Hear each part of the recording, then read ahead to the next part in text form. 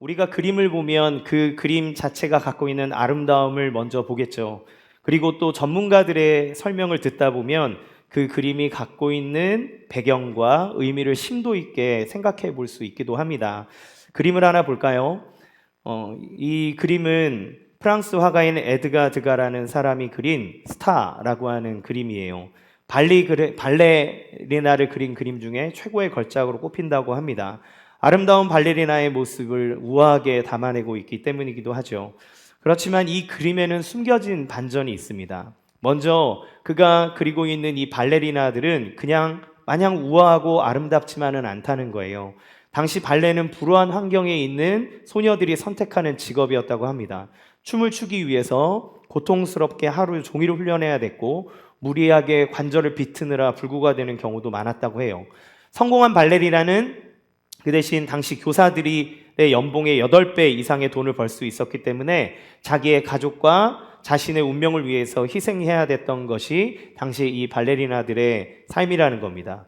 그런데 문제는 이런 약점을 이용해서 귀족이나 또 돈이 많은 자본가들이 어린 발레리나들과 쾌락의 밤을 보내기 위해서 공연이 끝나고 나면 그들에게 찾아가 돈을 주고 유혹하는 일들이 잦았다고 해요. 그래서 여기에 이제 불편한 사회적 현실 하나를 그려 넣어 놨는데, 이 드가가 그린 스타 그림 속에 저 구석에 보면 검은색 옷을 입은 이제 사람이 보입니다. 남자가 보이죠. 이 남자는 아마도 이 발레리나와 함께 밤을 보내고 싶어하는 음흉한 마음을 갖고 있는, 그래서 얼굴이 가려져 있는 그런 귀족 중에 하나라고 이야기합니다. 이걸 알고 보면 이제 발레리나 목에 검은색 끈이 이제 있는데, 이 검은색 끈은 당시 매춘부들이 두르고 있었던 끈이라는 거예요. 그런 것으로 억압과 속박의 상징으로 읽을 수 있습니다. 아름다운 춤을 추고 있지만 현실은 속박당에 있고, 그리고 그녀를 음흉하게 바라보기엔 돈 많은, 그리고 지체 높은 사람들의 그러한 손길 속에 아름다움을 그렸지만 사실 그 내면 뒤에 있는 인간의 추악한 본성, 사회에 있는 부조리함, 이 모든 것들을 이 한 폭의 그림 안에 담아내고 있는 걸 볼 수 있죠. 오늘 성경에서도 누가는 이런 다양하고 복잡한 상황을 한 폭의 그림처럼 마치 우리에게 보여주고 있습니다. 오늘 본문은 이런 내용입니다. 시몬이라고 하는 한 바리새인이 예수님을 자신의 집에 초대했고 식사의 자리를 베풀었어요. 이 안에는 예수님만 온 게 아니라 마을에 있는 수많은 사람들이 그 집에 다 왔습니다. 그런데 그 동네에 죄 지은 여자 하나가 식사 자리에 따라 들어와서는 갑자기 예수님 발치 앞에서 울면서 눈물을 툭툭 흘리더니 예수님의 발을 자기의 머리털로 막 닦는 거예요. 그러더니 자기가 가져온 옥합을 열어서 비싼 향유를 예수님 발 앞에 다 들이붓습니다. 그러면서 그 발에 입을 맞추는 사건이에요. 여러분, 이거를 이제 그림으로 본다면 뭔가 언밸런스하지 않겠습니까? 마치 우아한 발레리나 옆에 있는 이제 검은 옷의 사람처럼 왜 이 그림이 있지? 라고 하는 이상한 그림처럼 보여요. 하지만 이 장면은 감춰져 있는 것들이 드러나고 치열한 판단이 가득한 이 상황들을 한 폭의 그림처럼 오늘 말씀은 담아내고 있다는 걸 보게 됩니다. 여러분, 참된 신앙이라고 하는 것은 무엇일까요? 많은 사람들이 참된 신앙 그러면 어려운 사람을 돕는 것, 선행을 행하는 것, 아니면 정의를 실현하는 것, 많은 정의들을 이야기할 것입니다. 그렇지만 기독교 신앙의 출발은 하나님이 우리를 사랑하셔서 우리에게 오셨다는 거예요. 여기서부터 출발입니다. 기독교의 신앙은 저 위에 계신 전능하시고 능력 많으신 하나님이 죄인을 위해서 사랑하셔서 이 땅에 오셨다는 것이 출발이에요. 그렇다면 참된 신앙은 무엇이라고 얘기할 수 있습니까? 그 하나님의 사랑을 받은 하나님의 백성들이 하나님을 향해서 마음과 뜻과 정성을 다해서 하나님을 사랑하는 것. 그게 참된 신앙의 가장 첫 번째 덕목입니다. 그 다음에 그 하나님의 사랑을 경험한 자라야 그 하나님의 사랑의 흘러넘침이 이웃사랑으로, 세상을 향한 섬김으로 나아갈 수 있는 거죠. 그렇다면 오늘 말씀은 예수님을 어떤 분인지 이해해야 우리가 올바른 신앙을 가질 수 있다고 얘기하는 거예요. 거기에서부터 이야기를 끌고 가고 있다는 걸 볼 수 있습니다. 그럼 예수님은 당신을 누구라고 소개하고 있습니까? 예수님은 자기를 일컬어서 죄를 사하는 분이라고 얘기해요. 오늘 예수님은 비유에서도 500데나리온, 50데나리온의 빚을 준 사람, 그런데 그 갚지 못하는 사람들의 빚을 탕감해 준 주인으로 자기를 묘사합니다. 그러니까 그들이 지은 죄를 용서해 주는 거죠. 그리고 여인에게 얘기합니다. 네가 죄 사함을 받았다. 너의 믿음이 너를 구원했다라고 선언함으로써 예수님은 이 땅에 죄를 사하기 위해서, 그들에게 구원을 주기 위해서 오신 분이라는 것을 얘기하는 거예요. 여러분, 이 개념이 너무너무 중요합니다. 우리가 예수님을 어떤 존재로 보는지에 따라 우리의 신앙의 길이 결정되기 때문에 그래요. 남포교회 원로 목사님이신 박영선 목사님은 이 부분에 대해서 이렇게 얘기하십니다. 같이 한번 볼까요? 예수님이 우리 죄를 해결하고 구원하러 오신 분이라면 우리 모두가 예수님이 메시아라는 것으로 자신의 정체성을 고백하는 만큼 자기 자신을 예수님과의 관계 속에서 확인해야 됩니다. 그러나 만일 예수님이 우리 죄를 사하고 우리를 죄악의 권세에서 풀어주러 온 이가 아니라면 그는 쓸모 있는 분이어야 합니다. 그리고 나의 판단이나 가치나 내 입장을 편들어주는 사람이 되어야 했을 겁니다. 기득권을 지키는 일 외에는 예수를 써먹을 데가 없게 된다는 거죠.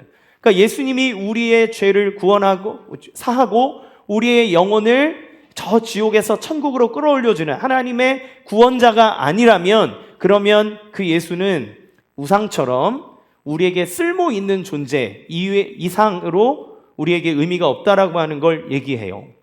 그러면 예수님이 우리에게 오신 목적이 죄를 용서하는 것이라면 누가 정말 예수님을 필요로 하는가에 대해서 오늘 본문은 얘기해주고 있는 겁니다. 기독교 신앙을 갖고 있는 모든 사람들, 교회에 나오는 모든 사람, 교회를 나오지 않는 모든 사람들에게도 동일하게 성경은 얘기하는 겁니다. 누가 예수를 진짜 필요로 하는가? 그렇다면 이 누가가 우리에게 그려준 이 그림에 대해서 아까 전문가가 이 드가의 그림을 분석하듯 하나하나씩 뜯어서 좀 보기를 원해요. 첫 번째, 누가 죄인인가? 예수님이 죄를 사해 주시는 분이라면, 죄를 사하기 위해서 오셨다면 그러면 누가 예수님의 사함을 받아야 될 죄인인가? 라고 하는 거죠.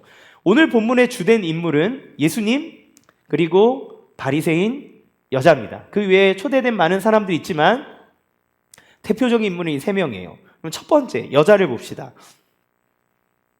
성경은 이 여자를 뭐라고 표현하냐면 죄 있는 여자 이렇게 얘기해요. 죄 있는 여자. 이 여자의 수식어는 예쁜 여자, 처량해 보이는 여자, 이게 아닙니다. 죄 있는 여자예요.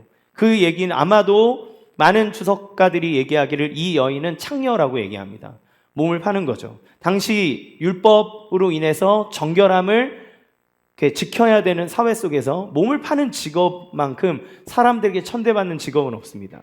그러니까 이 여자는 마을에서 다 알려진 죄인, 그러니까 누가 봐도 저 사람은 죄인이야, 쟤는 나쁜 년이야, 이렇게 얘기할 만한 사람이에요. 그렇다면 이 여자가 이 마을에서 어떤 대우를 받았을까요? 당시 랍비들의 가르침에 의하면 하나님께 용서받기 위해서 필요한 세 가지가 있는데, 첫 번째는 마음으로 이 죄에 대해서 통회하는 마음, 두 번째 진심으로 입으로 고백하는 것, 그리고 마지막 세 번째는 행위로 배상해야 되는 겁니다. 그러니까 그 삭개오가 예수님한테 얘기하잖아요. 내가 만약 누구의 물건을 토색한 일이 있거든 4배로 갚겠습니다, 이렇게 얘기하잖아요. 그러니까 율법은 다른 사람에게 경제적인 피해나 어떤 피해를 줬다면 그거에 상응하는 배상을 해서 그에게 갚아줘라, 그래야 그게 용서가 되는 거예요. 그러면 이 여자의 경우에 이미 이 여자는 자기의 행위로 인해서 몸이 더럽혀져 버린 사람입니다. 이걸 돌이킬 수 없는 거죠. 그러면 이 여자에게 대해서 사람들은 어떻게 평가했을까요? 케네스 E. 베일리 교수님이 쓰신 중동의 눈으로 본 예수라고 하는 책에 보면 당시 문화에 대해서 이 여자에 대해서, 창녀에 대해서 어떤 관점으로 바라봤는지를 얘기해 줍니다. 화면을 보고 읽어볼까요? 시작. 이런 기준을 생각하면 이런 세계가 창녀를 잡으려고 쳐놓은 덫을 이해할 수 있다. 만일 이 여자가 자기 죄를 씻을 죄값을 묻는다면 너 같은 경우는 죄를 씻을 길이 없어 라는 말을 들었을 것이다. 그렇죠. 그러니까 이 여자는 이미 너는 죄를 씻을 수 있는 길이 없어. 너는 지옥에 당첨된 사람이야. 너는 우리와 함께 있을 수 없어. 라고 하며 철저하게 배척받는 사람이 지금 이 죄 있는 여자입니다. 두 번째, 시몬이라고 부르는 바리새인이에요. 이 그림의 두 번째 인물은 시몬이라고 부르는 바리새인입니다. 바리새인은 당시에 사회적으로, 종교적으로 아주 높은 자리에 있는 사람인 것은 물론이고 사회적으로 사람들에게 신망과 촉망을 받았던, 존경받았던 부류가 이 바리새인들입니다. 그리고 금전적으로도 아주 잘 살았어요. 여기에서 잔치를 사람들을 다 불러놓고 베풀 정도면 돈이 없이는 할 수 없겠죠. 넓은 집이 있어야 됩니다. 그러니까 사람들이 볼 때 이 바리새인이 얼마나 하나님의 축복을 많이 받았겠어요. 돈도 많고 존경도 많이 받고. 그러니까 이 사람이야말로 하나님의 의로운 사람, 하나님이 축복할 수밖에 없는 의인, 이렇게 생각하게 되는 거예요. 이 사람은 예수님을 초대합니다. 그러니까 예수님을 향해서도 바리새인들이 예수님과 배척했잖아요. 그런데도 예수님을 초대한 걸 보면 사람들이 볼 때 이 사람은 자기 속해 있는 그룹과 원수된 사람도 초대하네? 이런 마음이 들 겁니다. 예수님을 초대해서 식사 대접을 하죠. 그런데 많은 사람들이 와요. 왜 예수님만 초대했는데 사람들이 이렇게 막 들어올까요? 당시 배경에 대해서 같은 책에서 또 이렇게 얘기를 해요. 중동의 전통 촌락에서는 식사할 때 그 마을에서 쫓겨난 자, 그러니까 죄인까지라도 함께 식사하는 것을 허용했다고 합니다. 그러니까 쫓겨난 자는 들어오면 조용히 이렇게 벽에 이렇게 기대 있다가 식사가 다 끝나고 나면 그 사람한테 밥을 주는 거예요. 그럼 이런 사람이 있다는 건 어떤 의미가 되냐? 이 잔치를 베푼 주인이 칭송받을 만한 사람이다. 이 진짜 사람들이 멸시하고 무시하는 사람조차도 받아라 줄 만큼 아량이 넓은 사람이다라고 하는 그런 일이 되는 거예요. 그래서 동네에서 쫓겨난 자들이 거두어 먹일 정도로 고귀한 성품을 가졌음을 보여주기 때문이다, 이렇게 얘기하죠. 그래서 랍비들이 가르칠 때 식사 때는 여러분이 음식을 베풀지 못하는 일이 없게, 다른 말로 하면 하나님이 여러분에게 복을 주는 일을 막지 않게 문을 열어놔라. 이 얘기는 뭡니까? 너가 하나님께 복 받고 싶냐? 부자 되고 싶냐? 그러면 가난한 사람들한테 나눠줘라. 이 얘기예요. 그러면 이 글을 보면 죄 있는 여자가 예수님에게 와서 예수님의 발을 씻기고 하는 이 일들을 어떻게 할 수 있었는가의 의문이 풀리죠. 여자가 죄 있는 여자지만 이 배설된 잔치에 그녀도 그냥 저 구석탱이에 앉아있을 만큼 들어올 수 있는 자격이 옛날에는 그렇게 주어진 거예요. 그러니까 사람들이 볼 때 이 사람이 얼마나 복을 많이 받았으며 얼마나 선하며 존경받을 만한 사람이라고 얘기할 수 있을까요? 그런데 과연 그가 하나님 앞에서 정말 온전한 의인이라고 얘기할 수 있을까요? 사실 하나님의 관점에서 보면 이 사람은 드러나지 않았을 뿐 그 그림 너머의 그 사람의 마음과 삶을 본다면 이 사람이 얼마나 교만함과 사람들을 멸시하는 눈으로 가득 차 있는 죄인인지를 보게 됩니다. 첫 번째, 그는 예수님을 무시하고 조롱거리로 삼기 위해 초대했다는 걸 알 수 있어요. 예수님은 44절에서 46절에 바리새인과 여자를 비교하면서 이렇게 얘기합니다. 44절에는 뭐라고 얘기했냐면 너가 내 집에 들어올 때 너는 내게 발 씻을 물도 주지 아니었다, 이렇게 얘기를 해요. 45절에는 너는 내게 입 맞추지 아니하였으되, 이렇게 얘기합니다. 46절에는 뭐라고 얘기합니까? 너는 내 머리에 감람유도 붓지 아니하였으되 이 여자는 향유를 내 발에 부었다, 이렇게 얘기하죠. 이 바리새인과 여자를, 죄 있는 여자를 비교하면서 예수님이 얘기하시는 거예요. 무슨 얘기입니까? 당시 문화에서 이 손님이 들어올 때 그 손님을 환대하는 방법이 있어요. 예를 들어 이렇습니다. 여러분이 어떤 집에 초대를 받았어요. 초대를 받았는데 초인종을 눌렀습니다. 띠릭 하면서 문이 열리는 소리가 들렸어요. 문을 열고 딱 들어갔는데 아무도 어서 오셨어요, 이렇게 아무도 얘기를 안 하는 거예요.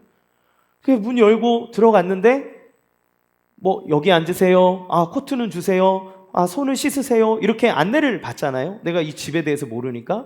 근데 내가 왔는데 아무도 나한테 말을 안 걸고 코트를 벗었는데 어디에 놔둬야 되는지, 이 소파에 앉아야 되는지 저 의자에 앉아야 되는지 아무도 안내를 해주지 않는다면 여러분 초대받는 자리에 나 자신을 어떻게 여길까요?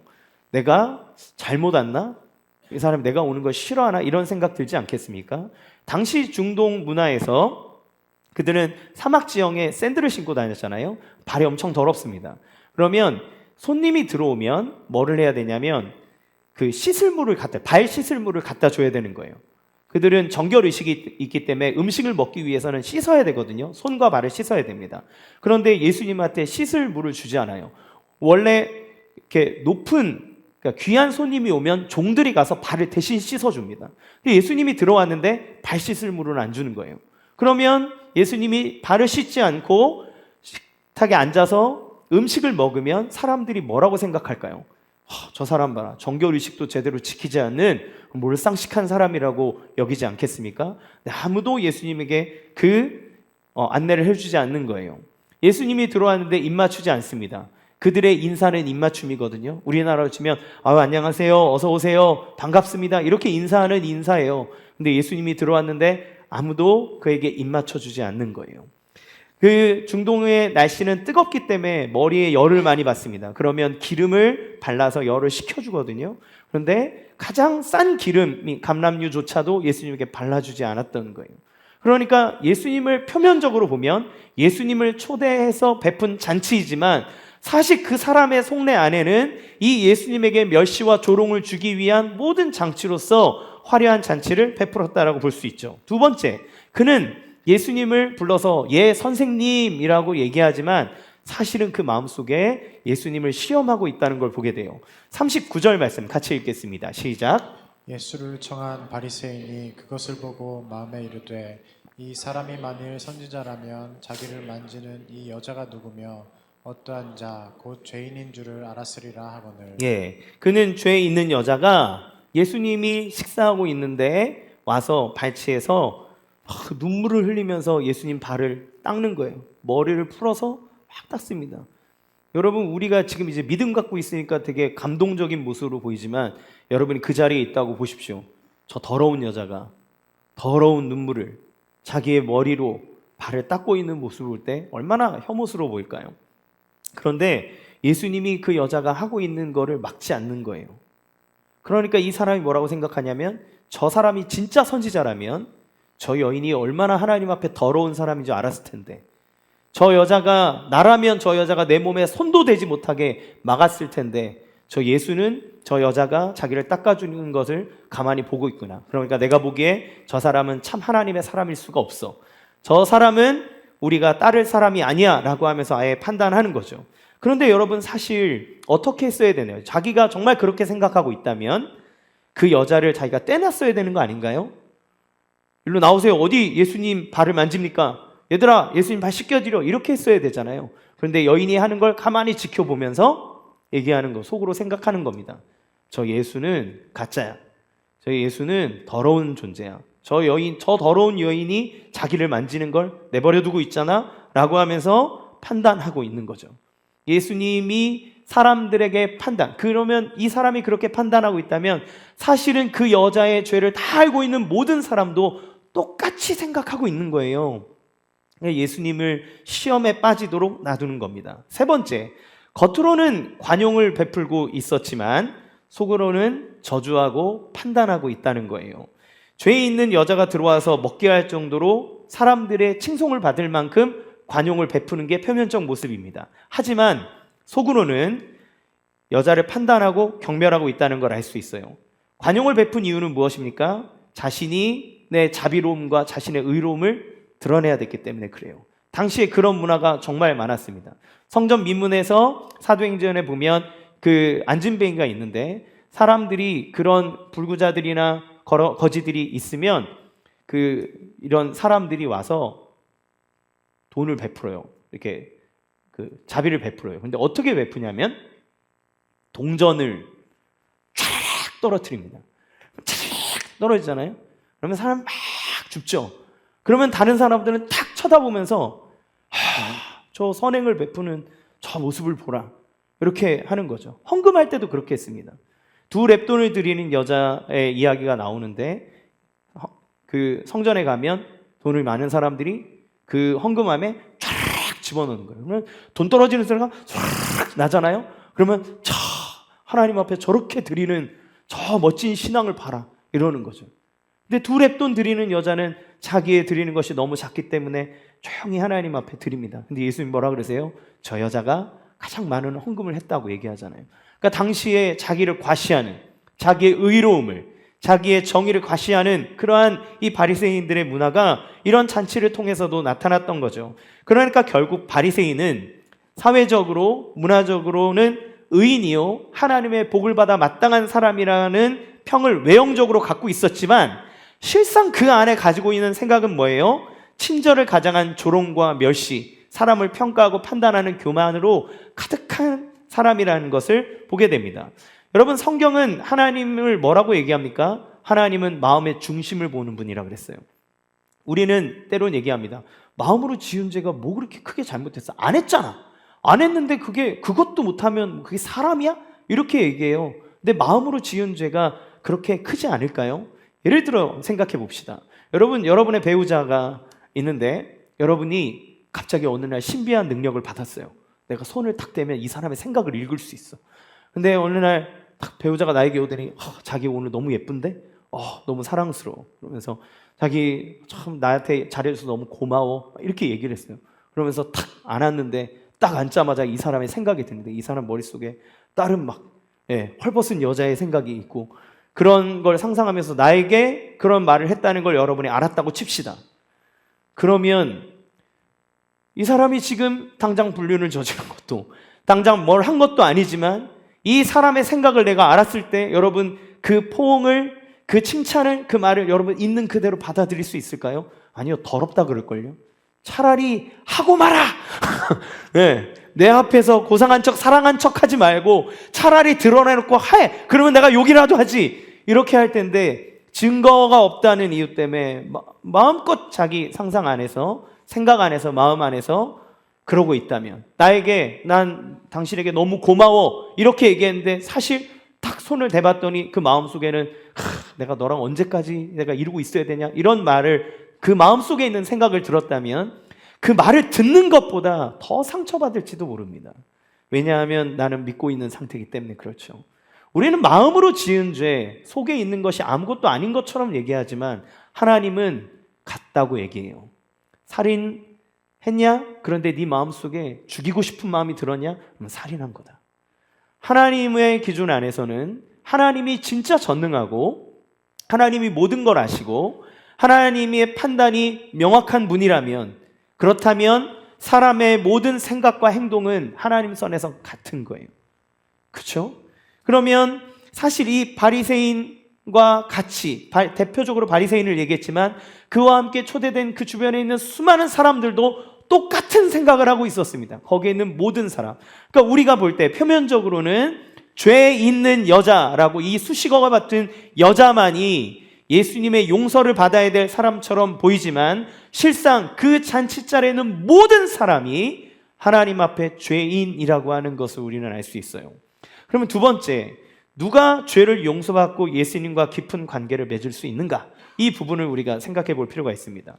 누가복음 7장 41절 42절을 같이 읽겠습니다. 시작. 이르시되 빚 주는 사람에게 빚진 자가 둘이 있어 하나는 500데나리온을 줬고 하나는 50데나리온을 줬는데 갚을 것이 없으므로 둘 다 탕감하여 주었으니 둘 중에 누가 그를 더 사랑하겠느냐. 예수님이 바리새인 시몬의 마음을 아셨어요. 중심을 감찰하는 하나님이시잖아요. 그러니까 그에게 그의 생각을 알고 질문을 던지십니다. 비유를 통해서. 시몬아, 내가 너에게 할 말이 있다. 말씀하십시오, 선생님. 어떤 한 주인이 돈을 빌려줬다. 한 사람에게는 500데나리온, 한 사람에게는 50데나리온. 이 1데나리온은 한 사람의 노동자 일당이에요. 그러니까 약 한 2달치의 돈, 그리고 그 외에 10배 해당하는 돈, 이 돈을 서로 빚진 거죠. 그런데 둘 다 갚을 능력이 없어서 이 주인이 다 탕감해줬다. 그럼 누가 주인을 더 사랑하겠느냐? 시몬이 얘기합니다. 당연히 더 많이 탕감받은 사람이지 않겠습니까? 옳다 얘기하는 거죠. 여러분, 이 비유에 보면 우리의 생각은 숫자에 집중하기 시작합니다. 50과 500. 야, 당연히 500이 대박인, 500인 사람이 이득 아니야? 개이득인데? 이렇게 막 생각하겠죠. 그런데요, 전제를 보면 뭐라고 했습니까? 둘 다 갚을 능력이 없다. 그러니까 숫자를 우린 집중하지만 두 사람의 현실이 뭐냐면 50이든 500이든 갚을 능력이 안 된다는 거예요. 그게 포인트입니다.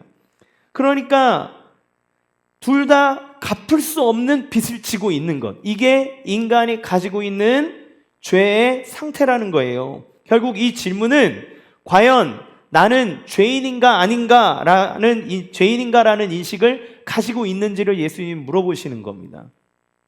50데나리온 가진 사람이 얘기하겠죠. 야, 난 그래도 500은 아니잖아. 50이면 뭐 좀 더 뭐 하면 내가 갚을 수 있지 뭐 라고 얘기하면 실상은 갚을 수 없는 거죠.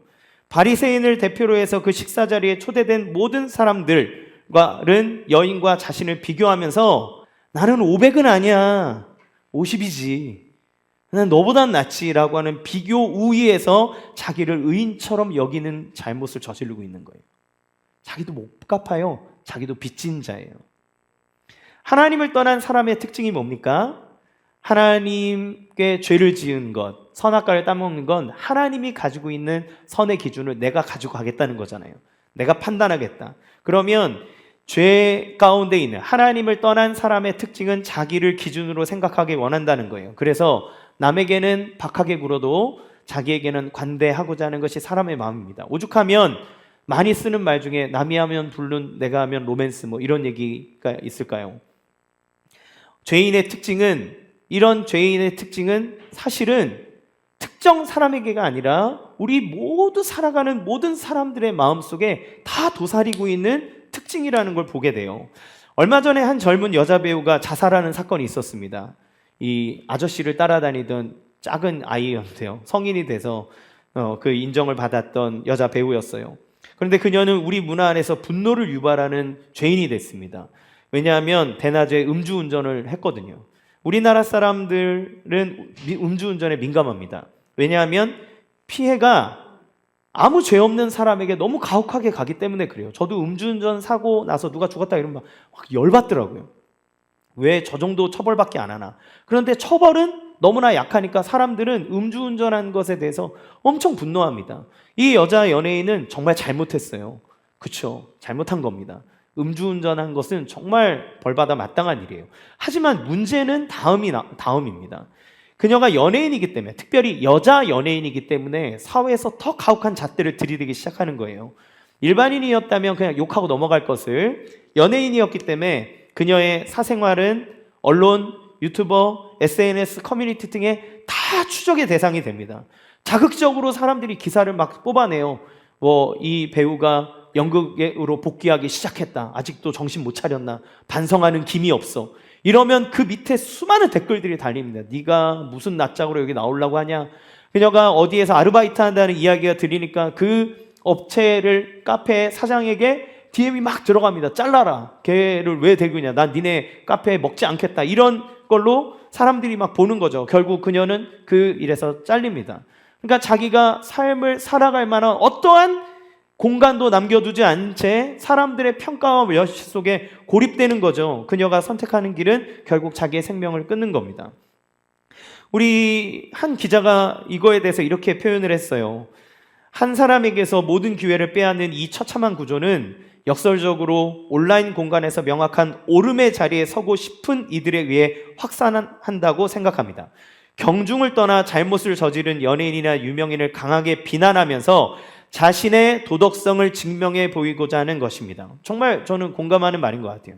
그 잘못된 사람의 잘못을 들추어냈을 때 정말 사회의 정의와 그런 것들을 위해서냐? 대부분 사람들의 마음은 익명성 뒤에 숨어서 그 사람의 죄를 들춰냄으로 말미암아 나는 너보다 나은 사람이야. 나는 너보다 낫기 때문에 나는 너에게 손가락질할 권리가 있어 라고 하면서 오름의 자리에 서고 싶어하는, 자기가 정의로운 사람, 옳은 사람이라는 것처럼 여기고 싶어하는 인간의 마음이 욕구가 있다는 거예요. 이거에 대해서 일본의 뇌과학자인 나가노 노부코라는 분이 정의 중독이라는 책을 썼습니다. 정의 중독에는 이렇게 말해요. 인간의 뇌는 범법자나 배신자 등 누가 봐도 비난받아 마땅한 대상을 찾아 벌하는데 쾌감을 느끼도록 만들어져 있다. 타인에게 정의의 철퇴를 가하면 뇌의 쾌락 증추가 자극을 받아 쾌락 물질인 도파민이 분비된다. 이 쾌락에 한번 빠지면 쉽게 헤어나오지 못하며 항상 벌할 대상을 찾아 헤매고 타인을 용서하려 하지 않는다. 이 시대에 정의를 구현하려고 하는 사람이 사실은 정의 중독에 빠졌다는 거죠. 자기도 그 정의롭지 못한 것이면서 그럼에도 불구하고 쟤보다 나는 나라고 하는 오름의 위치에 자기가 서고 싶어 한다는 거예요. 사람의 익명성이 보장될 때 사람의 폭력성은 배가합니다. 인터넷 세상에서 별 생각 없이 SNS에 사람이 올렸는데 그 사진이 어떤 사람의 심기를 건드렸다 그러면 뭐 연예인이건 유명인이건 정치인이건 일반인이건 상관없이 그 밑에 험악한 댓글들이 막 달려요. 정신 있는 거야? 개진상이네? 이러면서 막 올립니다.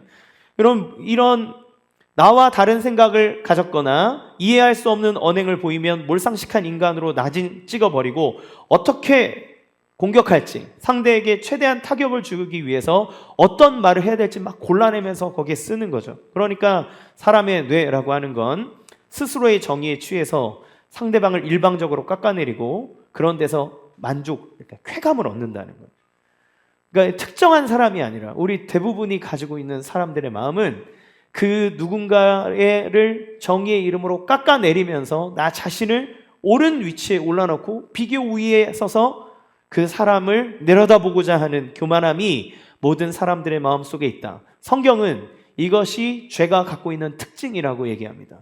모든 사람은 하나님 앞에 죄를 범하였으므로 하나님의 영광에 이르지 못하였더니라고 얘기하고 50데나리온이나 500데나리온이나 모두 다 갚을 수 없는 하나님 앞에 중한 죄를 범한 자임에도 불구하고 나는 50이야 넌 500이야 라고 하면서 그 사람을 정죄하는 거죠. 타인에게만 그럴까요? 가정에서는 안 그렇습니까?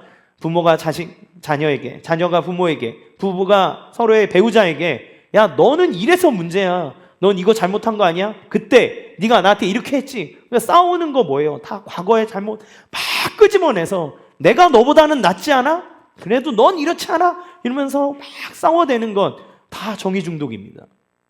자기가 잘못한 것, 자기의 죄를 고백함으로써 용서를 구하는 게 아니라 나는 너보다 더 위에 있어 라고 하면서 사람을 밟고자 하는 것, 이것이 사람들이 정의로운 것처럼 보이고자 하는 죄의 욕구라고 하는 거예요. 바리새인과 사람들은 정의 중독자입니다.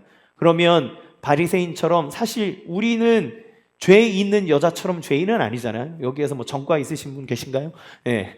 그런 건 아니잖아요. 그런데 웃으시는 그런데 우리의 삶 속에 우리는 그렇다면 우리보다 더 확연하게 죄를 지은 사람이나 우리보다 못해 보이는 어떤 사람, 내가 판단할 때 나보다 낫는 사람을 딛고 서서 난 정의의 편에 있는 것처럼 나는 판단해도 되는 사람처럼 나는 여길 때가 너무나 많다는 거죠. 자신을 볼 수 없는 거예요. 거기에 중독되면 다른 사람의 죄만 찾아다니는 겁니다. 그러면 내가 죄 때문에 죽게 됐는데 나의 죄를 해결할 길이 없는 거죠. 그러면 예수님은 이것에 대해서 어떻게 반응하십니까? 예수님의 마음은 죄인이 회개하고 용서를 받아 구원받기를 원하십니다. 이게 너무 중요한 거예요. 왜요? 죄의 삭은 사망이라 그랬어요. 아무리 세상의 모든 걸 다 가지고 있어도 생명이 없으면 아무 의미가 없습니다. 만약 여러분의 자녀가 중병을 앓고서 이제 사경을 헤매고 있어요. 아니면 이제 시한부 통보를 받았습니다. 여러분 자녀가. 그러면 여러분 그 자녀에게 물려주기 위해서 빌딩을 사겠습니까? 아니면 그 자녀의 병을 고치기 위해서 여러분의 모든 걸 사용하겠습니까? 아마 정상적인 대부분의 부모라면 그 아이를 위해서 자기의 모든 걸 털어서라도 생명을 살리려 할 거예요. 생명은 그 어떤 것보다 우선합니다. 그러면 하나님이 우리의 죄를 사하기 위해 오셨다는 것은 무엇입니까? 그냥 죄를 용서해 준다는 것이 아니라 그가 죄의 결과인 사망, 그러니까 지옥의 모든 형벌로부터 구원을 받아 하나님이 주시는 진짜 생명, 영생을 얻도록 하기 위해서 오셨다는 걸 얘기하는 거예요. 그러면 우리가 우리의 상태를 알고 하나님 앞에 가는 것 너무 중요하지 않겠습니까? 예수님은 죄인에게 찾아오신 분이에요. 예수님은 죄인을 받아들이기 위해서 그를 용서하기 위해서 이 땅에 오신 겁니다. 그러면 누가 예수님에게 죄 용서를 받습니까? 그거는 자기가 죄인임을 인정하고 내 죄가 하나님 앞에 갚을 수 없는 것이라는 것을 아는 자, 그래서 예수님에게 자기의 죄를 고백하고 그 예수님이 나를 용서해 주시는 그 용서의 은혜를 받아들이는 자, 그 사람이 죄의 사함을 받습니다. 왜요? 주님이 그 여인이 흘렸던 눈물보다 더 많은 피를 흘리실 거기 때문입니다. 예수님의 더러운 발을 씻겨내던 그 여인의 눈물보다 우리의 죄를 씻겨내기 위해 흘리는 예수 그리스도의 피가 더 많기 때문에 그래요. 주님은 우리가 받아야 될 하늘의 형벌, 하나님의 벌을 당신이 대신 받으려고 오신 겁니다. 48절에 보면 예수님이 여자에게 선언합니다. 네 죄가 사하여졌다. 이걸 잘못 해석하면 여자가 예수님의 막 발에 눈물을 흘리고 닦고 향유를 붓고 이래서 죄를 사함 받았다라고 생각할 수 있어요. 근데 성경은 완료 시제를 썼어요. 너의 죄가 이미 사해져 왔다, 이런 표현입니다. 그러니까 예수님에게 나와서 눈물 흘리고 향유를 붓는 행위 이전에 이 여자가 예수님에게 죄 사함을 받은 사건이 이전에 있었다는 거예요. 언제인지는 모르지만 그러나 분명한 건 예수님은 누가복음 5장에서도 병든 자라야 의원이 쓸 때가 있으므로 나는 병든 자에게 온 의원이다. 그러니까 죄인을 구원하러 온 구원자다 라고 얘기하셨어요. 예수님 주변에는 세리와 죄인들, 창녀들이 가득했습니다. 예수님은 사회에서 배척당하고 사람들이 손가락질하는 이들을 구원하기 위해서 그들과 친구가 되기 위해서 오신 거예요. 그들과 함께하고 그들에게 천국의 복음을 증거합니다. 여인은 아마도 그 사이에서 예수님의 복음을 접했을 것 같아요. 하나님의 나의 죄값을, 다른 사람들은 네 죄값을 치를 길이 없어, 너의 죄값은 갚을 수가 없는 거야 라고 하면서 나를 배척했다면 예수님은 걱정 마라, 내가 너의 죄를 해결하고 너의 죄를 내가 갚겠다라고 하며 그녀를 맞아들였을 때 그녀는 예수님의 그 말씀을 받아들인 거예요. 나를 구원하고 나를 용서하시는 예수님을 만난 겁니다. 그러니까 그녀는 바리새인의 집에 초대받았다는 예수님의 이야기를 듣고 예수님을 위해서 자기가 가장 귀하게 여기는 옥합, 그러니까 귀한 함 속에 들어있는 향유, 가장 비싼 기름을 예수님 앞에 가지고 가서 다 쏟아부을 수 있었던 거예요. 우리는 그러면 이 여인의 헌신은 예수님이 주신 죄 용서에 의한 감사의 표현이라고 할 수 있습니다. 그러면 예수님은 이 죄 있는 여인만 구원하셨나요? 그 여인만을 위해서 오셨을까요? 바리새인은 예수님의 대적이니까 예수님은 그를 구원의 명단에서 제하셨을까요? 아닙니다. 예수님 표면적으로 보면 예수님이 여인에게만 기회를 주는 것 같아요. 그러나 사실 예수님은 이 바리새인 시몬을 위해서 기회를 주십니다. 어떻게 해요? 그의 집에 초대되어 오시잖아요. 그의 집으로 가십니다. 예수님이 그가 자기를 조롱할 걸 모르셨을까요? 그가 어떤 의도를 가지고 있는지 모르셨을까요? 아니요, 다 아셨어요. 그가 들어갔을 때, 나의 발을 씻기지 않았을 때, 여기 이 이상의 일들이 일어나겠구나. 얘가 나를 시험하겠구나. 얘가 나를 판단하겠구나. 나를 조롱하겠구나 라고 하는 건 다 알고 계십니다. 그럼에도 불구하고 그 집 문 앞을 박차고 더러워서 안 온다! 이러고 나가신 게 아니라 그의 식탁의 자리에 친히 앉으시는 거예요. 왜요? 나는 너도 구원하러 왔다. 나는 너가 나를 비록 조롱하고 너가 나를 멸시하고 너가 나를 시험하러 왔느냐? 그러나 나는 너에게 생명을 주기에 너의 집으로 왔다. 예수님은 하늘의 보좌를 버리고 이 땅에 오신 겁니다. 왜요? 우리를 죄와 사망의 권세에서 구원하여 죄를 씻고 하나님의 자녀가 되게 하여 영생을 얻게 하기 위해서. 주님이 우리에게 오신 이유는 그거예요. 바리새인 시몬의 집에 오셨듯 여러분의 인생의 집으로 찾아가십니다. 여러분이 어떤 분들은 아마 의심하는 분도 있을 거예요. 예수님 계신가? 예수님 살아계시나? 예수님이 그렇게 대단한가? 그가 준 은혜와 능력이 그렇게 큰가? 라는 마음을 가지고 계신 분이 있겠죠? 여러분이 예수님을 조롱하고 예수님을 온전히 인정하지 못해도 여러분에게 끊임없이 찾아가십니다. 그는 멸시와 조롱의 상황을 알면서도 하늘의 보좌를 버리고 이 땅에 오셨어요. 그가 당하신 것은 뭡니까? 십자가의 조롱의 자리예요. 십자가의 수치의 자리예요. 십자가 있는 고통의 자리에 온 겁니다. 여러분, 십자가 하면 그냥 십자가에 못 박혀 아프겠다만 생각하죠. 다 발가벗깁니다.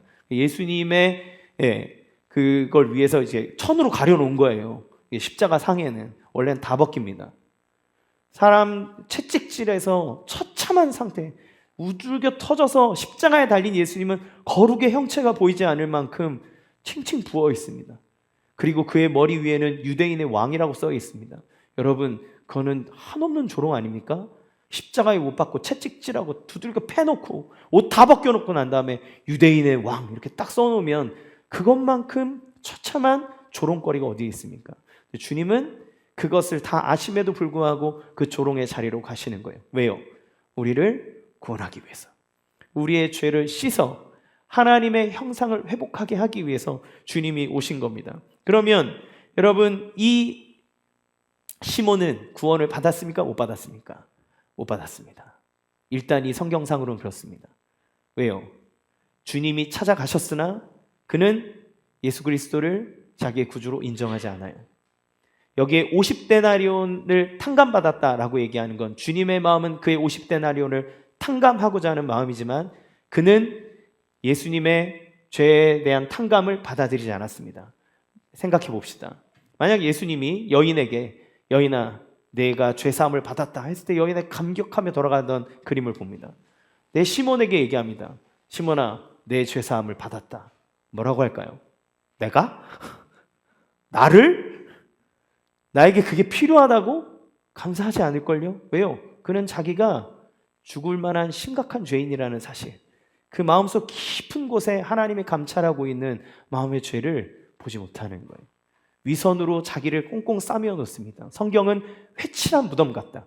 그러니까 무덤인 것처럼 보이지 않게 하기 위해서 막 예쁘게 채색을 해놨는데 실상 그 안에는 시체가 있는 것처럼 그 안에는 더럽고 추악한 욕망과 그러한 교만함이 있지만 겉으로 위선적인 걸로 감싸놨기 때문에 나는 죄 용서받을 필요가 없는데 라고 말하는 사람들에게 경종을 울립니다. 주님은 마음을 감찰한다. 너가 얼마나 너의 더러운 실체인지를 우리는 안다고 예수님은 얘기하는 거죠. 여자는 큰 죄인이지만 자기가 죄인인 것을 알았기 때문에 예수님의 구원의 복음을 받아들인 거예요.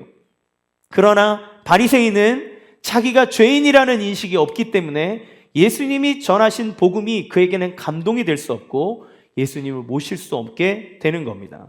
그러면 마지막 세 번째, 누가 예수님을 뜨겁게 사랑할 수 있는가라고 하는 것에 질문을 던질 수 있습니다. 예수님은 시몬에게 묻습니다. 500데나리온과 50데나리온 빚 탕감받은 자 중에 누가 더 주인을 사랑했느냐? 당연히 많이 탕감받은 사람이라고 얘기하죠. 예수님은 그 사람에게 이 죄가 더 많이 받았게 옳도다라고 얘기하셨지만 결국은 이 바리새인은 죄 사함을 못 받은 거잖아요. 왜요? 자기가 탕감받은 것이 적다라고 생각했기 때문에. 근데 여러분, 적게 탕감받는 건 없어요. 전부 다지. 전부 다면 많습니다. 그러면 예수님의 주시는 구원의 은혜에 감사하고 그 예수님을 사랑할 수 있는 사람은 누구예요? 내가 예수님에게 말할 수 없는 은혜를 받았다고 여기는 사람. 내가 주님에게 갔을 때 주님이 나를 용서하시는 한없는 사랑의 하나님이라는 것을 깨닫는 사람이 예수님을 뜨겁게 사랑할 수 있지 않겠습니까? 우리의 신앙에 왜 침체가 올까요? 여러분, 우리의 신앙이 왜 막 흔들릴까요? 어떤 사람은 고난이 많아서 그래. 내가 상황이 힘들어서 내 믿음이 흔들려. 이렇게 얘기하죠. 그러면 이 여자는 상황이 나아졌나요? 이 여자는 창녀에서 성녀가 됐나요? 아니요. 여전히 창녀고 여전히 극빈층이고 여전히 힘듭니다. 그러면 그녀는 어떻게 은혜와 기쁨과 평안함 속에 하나님의 사랑을 누립니까? 여러분, 신앙이 흔들리는 건 우리의 환경 때문이 아니에요. 그건 예수님께서 우리에게 베푼 은혜를 잃어버리면 신앙이 흔들립니다. 예수님이 나에게 베풀어 주신 사랑이 얼마인지를 깨닫지 못하면 아무리 오래 신앙생활을 해도 장로고 목사여도 다 나가 떨어집니다. 처음에 우리가 신앙생활을 할 때 하나님께서 주시는 마음들 무엇 때문에 갔나요? 여러분, 이 자리에서는 아마도 청소년 때 대부분 어려서부터 신앙생활 하시는 분이라면 청소년 때 뜨거운 신앙의 경험을 하셨을 거예요. 어떤 사람은 대학 때, 청년 때 뜨거운 인격적인 예수님과의 만남을 경험하셨겠죠. 그때 여러분 예수님 왜 사랑했습니까? 나에게 다가오신 주님을 인격적으로 만나서 아닌가요? 내가 이렇게 큰 죄인임에도 불구하고, 그런데도 나에게 다가오신 주님, 그런데도 나를 사랑하셔서 기꺼이 십자가를 지신 주님, 그 주님이 여러분에게 다가왔을 때 여러분 뜨거운 감격의 눈물을 흘리지 않으셨나요? 그럼 시간이 지나서 우리는 왜 가슴이 냉랭해졌나요? 왜 미지근해졌나요? 나를 구원하신 구원의 은혜를 잊은 거예요. 우리는 하나님 예수 그리스도를 영접할 때 두 가지 인식이 생깁니다. 첫 번째는 뭐냐면 내가 생각했던 것보다 훨씬 하나님이 거룩한 분이라는 거예요. 두 번째는 뭐예요? 내가 생각한 것보다 훨씬 내가 죄인이라는 걸 깨닫습니다. 주님의 빛이 비춰지면 전에는 그 정도 할 수 있지 않아? 라고 하는 것들이 나에게 너무 어려운 죄로 여겨져요. 함부로 말했던 것조차도, 잘못된 생각을 했던 것조차도 하나님 앞에 회개하게 됩니다. 주님 앞에 교만했다라고 하는 걸 주님 앞에 고백하지 않을 수 없게 돼요. 그 빛이 비춰지면 그냥 아무것도 아닌 것처럼 있었던 나의 현실이 드러나고 내가 정말 하나님의 사죄하시는 그 용서의 은혜를 받아야 될 사람이라는 걸 고백하게 됩니다. 그러면 어떻게 구원의 은혜를 누리나요? 내가 지은 죄보다 더 큰 그리스도 예수의 사랑이 나에게 있다는 걸 깨달으면, 그러면 내가 이렇게 죄인인데 이 죄보다 더 큰 그리스도의 은혜와 사랑의 십자가가 나에게 왔다는 걸 알면 우리는 내가 죄인임에도 불구하고 거룩하신 하나님 앞에 온전하게 나아갈 수 있는 담력을 얻게 되는 거예요. 이게 잘하는 게 신앙의 성장입니다. 교회 생활 오래 하고 봉사를 많이 해야 신앙이 크는 게 아니라 이 사랑의 크기를, 십자가의 크기를 경험한 것이, 그것이 진짜 참 신앙의 모습인 거예요. 사랑의 행동과 열매는 여기에서부터 나오는 겁니다. 그리스도는 우리를 위해서 오셨기 때문에 그래요. 그리스도는 우리를 위해서 자기의 모든 걸 다 버렸기 때문에 그래요. 자녀가 부모님의 사랑을 깨닫는 때가 오면 철이 듭니다.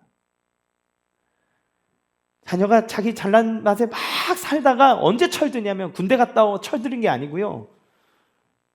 우리 아빠가, 우리 엄마가 나를 위해서 이렇게까지 했구나라는 생각이 들 때 철드는 거예요. 그게 언제입니까? 자기가 군대 가서 막 미친 듯이 일해봤더니 우리 엄마 아빠가 나를 위해서 한 게 이게 엄청난 거구나. 제가 사회에 나와서 일을 해보면서 월급이라고 하는 거, 사례라고 하는 걸 받으면서 우리 아버지가 그때 왜 우셨는지 알겠다, 이런 생각이 들었어요. 그때는 당연히 아빠가 밖에 나가서 돈 벌어오는 게 당연한 건 줄 알았죠. 아빠한테 뭐 사달라 그러는 거 그런 거 생각했겠습니까? 그런데 제가 일을 하면서 돈을 벌어보니까 이 돈을 벌기 위해서 얼만큼 많은 어려움을 겪으셨는지를 피부로 아는 거예요. 그러면 내가 받은 사랑이 이렇게 큰 거였구나. 우리 엄마가 나를 위해서 밤잠 못 자고 나를 위해서 했던 일들이 이런 일이었구나라고 하는 걸 깨닫는 때, 그때 철이 들어요. 신앙이 성장하는 건 뭡니까? 관계잖아요. 그러면 그리스도가 나를 위해 행하신 일들이 얼마나 큰인지를 깨닫는 그때 우리는 그 사랑의 크기를 알 수 있고, 그 사랑을 알 때 우리는 예수님을 진짜 사랑할 수 있는 거예요. 향유로 옥합을 바쳐서 예수님 사랑한 게 아니라 예수님 사랑했기 때문에 그녀는 예수님을 향해 눈물을 흘린 겁니다. 그래서 종교적인 사람은 하나님을 자신의 유용함을 위해 찾지만, 복음적인 사람은 하나님의 아름다우심 때문에 하나님을 찾는다. 팀 켈러 목사의 말. 하나님을 찾는 이유는 유용해서가 아닙니다. 그건 우상이에요. 하나님이 아름다우시기 때문에, 그분이 나를 향해 베푸신 사랑이 크기 때문에 그렇습니다. 말씀을 마치겠습니다. 여러분, 예수님을 뜨겁게 사랑하십니까? 얼만큼 신앙생활 하셨나요? 여러분, 이 속에 있는 상황들의 이야기를 이제 낱낱이 뜯어서 봤습니다. 그러면 이제 다시 이 이야기를 다 들은 전문가의 눈으로 이 누가가 그린 이 잔치의 그림을 한번 봅시다. 이 그림을 보면 누가가 우리에게 보여주고 싶은 그림은 뭐냐면, 복음을 통해 드러난 하나님의 사랑이 인간의 상황에 어떤 영향을 미치는지를 보여주는 거예요. 그 예수님의 사랑을 받아들이는 사람은 무한한 자유와 평안을 누립니다. 예수님이 여자에게 얘기해요. 네가 죄사함을 받았다. 이제 평안히 가라. 도대체 평안이 어딜 갑니까? 네, 평안이 어딜 가요? 이 여자 가는 데마다 몇시 받잖아요. 이 평안히 가라는 말의 의미는 공동체가 있다면 공동체 멤버한테 해주는 얘기예요. 너가 나의 사람이다. 이제 모든 사람들이 너를 멸시하고 배척했지만 너를 받아주는 공동체가 있다. 평안히 가라. 너를 한 사람의 사람으로, 한 인격으로 받아주는 공동체가 있다. 그게 뭡니까? 교회입니다. 그리스도에게 용서함을 받아 하나님의 자녀된 것을 체험한 자들. 그래서 아무리 연약한 자라도 그를 하나의 인격으로 받아줄 수 있는, 정의에 중독돼서 사람을 판단하는 옳고 그름의 공동체가 아니라 그들을 존중하고 사랑해주는 공동체. 교회는 그렇게 세워지는 거예요. 하나님의 나라는 넘치는 사랑 속에서 용서를 베푸는 은혜의 나라입니다. 하지만 그것을 받아들이지 못한다면, 그렇다면 그에게 있는 건 그 사랑을 거부했기에 영원한 벌, 고통이 있을 거예요. 이 두 가지의 극명한 대조가 누가가 그린 이 그림 안에 표현되어 있습니다. 이제 여인이 울면서 예수님의 발을 씻은 이유는 알 것 같아요. 왜 그랬을까요? 예수님을 너무 사랑한 여인은 예수님이 조롱받고 멸시받는 것을 슬퍼하는 겁니다. 그녀는 예수님의 그 조롱받음을 슬퍼하며 자기의 수치를 가리지 않습니다. 여자가 머리를 푸는 건 당시의 수치거든요. 여러분 중동에 이제 이거 쓰잖아요. 머리를 드러내는 건 첫날 밤 자기 남편에게 드러내는 거예요. 그런데 여인이 예수님을 위해서 자기의 수치를 드러냅니다. 발을 닦아내요. 예수님을 사랑하기 때문에. 예수님을 위해서 여러분 눈물을 흘리고 계십니까? 여러분 그토록 뜨겁게 부르짖었던 그리스도의 사랑이 여러분 마음속에서 어떻게 움직이고 있습니까? 주님의 사랑을 깨닫는 자, 우리의 죄를 용서하기 위해서 하늘의 보좌를 버리고 오신 그 사랑을 깨닫는 그때 여러분 안에 다시 한번 마음속의 부흥이, 여러분의 인격과 삶의 모든 억눌려졌던 것에서 누릴 수 있는 참된 자유가, 주님만이 주실 수 있는 영혼의 풍성함을 우리의 삶 가운데 누리게 될 줄로 믿습니다. 그 예수 그리스도의 사랑 안에 거하는, 그래서 예수님을 뜨겁게 사랑하는 우리 모두가 되기를 주님의 이름으로 간절히 축원합니다. 이 시간 같이 함께 찬양합시다. 십자가 그 사랑.